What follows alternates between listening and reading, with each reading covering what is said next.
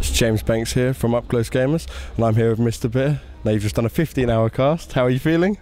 Very, very excited for tomorrow. Honestly, I'm exhausted, but it's been an awesome day. So what would you say to start off with is the best game you've casted today? If I had to pick a game, it would be Impossible, but Sheth versus Todd, the series from, I guess from day one, group, whatever it was, group E maybe. It was just a really intense series, 2-1. Every game was super, super close. I guess the second game was probably the best game of the bunch, but incredible play from both sides all the way through.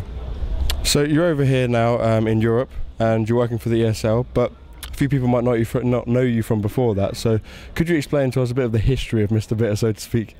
It's a short history. When StarCraft 2 came out, and I just wanted to play StarCraft 2, so I played and played and played, and I really wanted to be the best StarCraft 2 player I could be, and I just wasn't improving at a pace that I felt like was good enough. So I was like, you know what, I'm going to get some coaching, and that was kind of early on in the whole, coaching has become a big deal in StarCraft 2, and that was really before it took off. A lot of people were really critical of coaching, be like, oh, why would you get StarCraft coaching?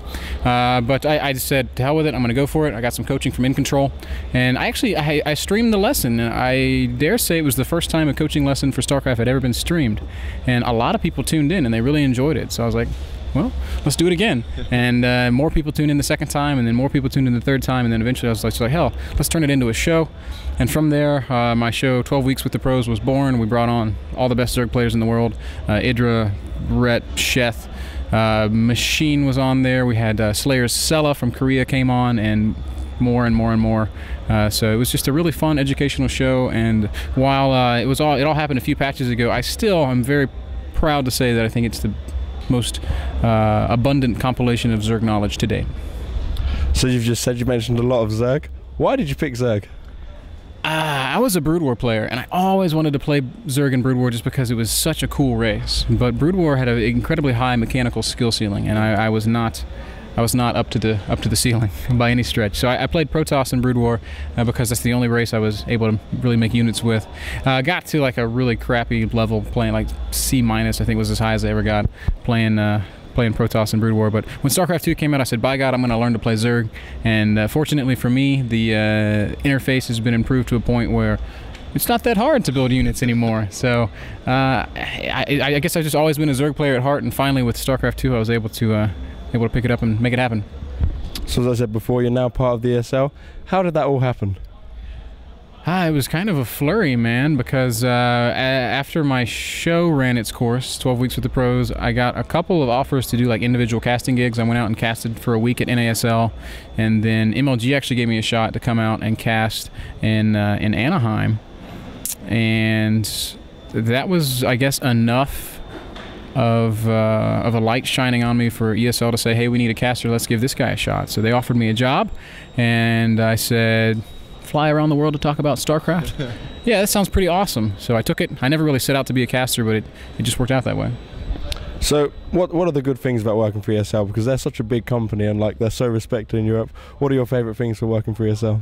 Well, I have a lot of freedom to run my shows how I want and when I want, so that's really, really cool.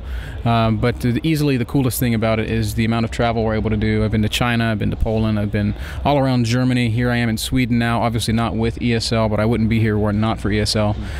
It's really cool being able to literally go around the world playing StarCraft. Like I have to pinch myself every time I talk about it because it doesn't seem real. So you've got a lot of fans, like most of the casters have here, and you're having to sign autographs and stuff like that. What was it like for you the first time you had to sign an autograph? It was really cool. It was actually at MLG Dallas. I went there just as a player, but my show was running. I had a shirt that my sister had made for me. She like spray painted 12 Weeks with the Pros on my shirt. It was the coolest shirt ever. And a couple people recognized me, like, oh, Mr. Bitter signed my mouse pad. And I was like, really? They were like, yeah. And I was like, okay. And it's always been, I don't know, if a fan takes the time to come talk to me, I'll sign their mouse pad or their boobs or whatever. I don't care. I just, I feel lucky to be here, so I'll sign autographs all day if that's what people want. So you've come from quite a recent background compared to some of the other casters here. What advice would you give to other casters that are looking to take their casting to the next level? Play the game, play the game, play the game, play the game. Nothing is more of a turnoff than a caster that does not play StarCraft and play it at a respectable level. Before I really was casting full time, I was practicing with pros and playing with pros on a regular basis. I was never a high level or even a low level professional caliber player, but you know, I practiced with some really good guys, and my game and my understanding at that time was okay. You know, it was good enough for me to be able to sit down and talk about StarCraft and have an idea as to what I was saying. That's really important as a caster. It's your responsibility to tell the viewer honestly what is happening, and players or casters that don't do that, they really bug me. I get it wrong a lot too. I mean, we all make mistakes, but the most important thing in my opinion is playing the game. Beyond that, just work at it, guys. You can achieve really anything if you just go after it. I never set out to have a job or a career in esports, but when I realized that maybe it was possible, I pursued it and I worked hard at it, pumped out content as consistently as I could, and it worked out. And you know, those opportunities are out there for anybody that wants to take a hold of them. Now, you've been casting with Day9 here today. Is there any other casters that you'd really want to cast with? I mean, I've been really fortunate in that I've worked with most of the good casters. I've never casted alongside Artosis or Tasteless, so that'd be a fun experiment. But I've got to give a lot of a lot of love to my boy Rotterdam back in Germany. I think he's one of the best casters in the world, and I love working with him. And I'm really excited to cast with him at the NASL in a couple of weeks. Now, you just mentioned Rotterdam. You guys have got some really good chemistry going on. So, did you have any experience with him before ESL, or was it literally just as you started? Yeah, the very first time I met Rotterdam, or talked to Rotterdam, or really even saw Rotterdam, was getting off the plane in Dusseldorf when I landed in Germany. So I had no idea what I was in for. I didn't know if we were going to get along or if we would work well together. But as it happens, he's like the friendliest, easiest guy to work with in the world, and he's got great chemistry with anybody that he casts with. It's really impossible not to like Rotterdam. So it's been really easy. It's been really easy for me to work with him. So maybe we'll see some more Rotterdam bit of action at non-ESL events? I really hope so. I've been pushing really hard to get him out to some of these international events. He will be casting the NASL finals first week of December, so all you Rotterdam fans, be sure to tune into that. And you know, who knows? Maybe after that, some of these other big companies are going to be like, hey, that guy's not bad.